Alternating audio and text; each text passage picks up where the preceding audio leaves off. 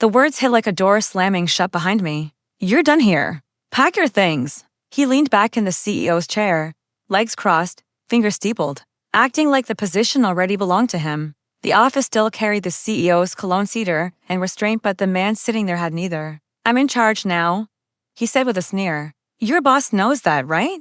What came over me wasn't peace, but control. Calm, sharp, deliberate. I told him he should think twice and talk to a lawyer first. He smirked. "No need. Just get out." So I did, quietly, carrying nothing but time. I'd met him 6 years earlier, back when his handshake still felt grateful. I was the one who onboarded him, walked him through systems that punish mistakes without mercy. He learned fast, too fast. He watched how I spoke in meetings, when I stayed silent, which fights I chose not to pick. I mistook his watching for respect. Back then, we talked about growth as if it were a shared future: promotions, stability, legacy. I believed in the work. I believed in the chain of command. I believed loyalty paid interest over time. When the CEO announced a 3-week vacation overseas, completely unreachable, I didn't hesitate. We'd survived audits, hostile takeovers, regulators smiling with knives behind their backs. I trusted the structure. I trusted the paper trail. I shouldn't have trusted the man. The change came quietly. Calendar invites stopped arriving. Decisions I'd approved were suddenly reopened. My access badge paused at doors it had always recognized. He started holding meetings without me, then giving sloppy summaries. Like a kid explaining a movie he didn't understand. I didn't confront him. I watched. The proof came late one night in a forwarded email he didn't realize. I was copied on a half-baked legal memo approving temporary restructuring during the CEO's absence. His signature was there. So was mine, scanned, cropped, pasted. That's when the hurt burned away, leaving only clarity. I didn't react. I prepared. I called our external counsel, the same one who'd handled our last compliance settlement, and asked a neutral question. I pulled server logs at dawn. I documented access changes. I archived emails. I photographed the office directory before my name vanished. I filed nothing yet. When he fired me, it was clean: no witnesses, no paperwork. Just a verbal dismissal he assumed would disappear. He underestimated how permanent things can be.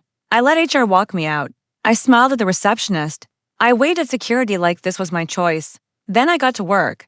The plan wasn't revenge. It was order. First, preserve evidence. Chain of custody. Timestamp everything. Second, notify counsel, not a lawsuit, just an alert. Third, quietly inform the board's compliance subcommittee, facts only. Fourth, wait. While he played CEO, I let him. He signed documents he had no authority to touch. He shifted budgets he didn't understand. He fired people who knew exactly where the bodies were buried. Every move tightened the net. I stayed silent. Silence is terrifying when you've earned it. The CEO came back on a Monday. I wasn't there. Nita was the acting director. The call came at 9:14 a.m. "Are you sitting down?" The board chair asked. I wasn't. I was standing by a window, watching traffic follow rules it didn't care about. In the background, I could hear the CEO yelling, raw and confused. "What the hell did you do while I was gone?" The acting director tried to explain. Then the CEO went quiet. He found the documents, the forged signature, the unauthorized firings. The compliance breach flagged the moment he landed. And then he learned who had taken his place. They brought me back that afternoon, not as a favor, but because they had to.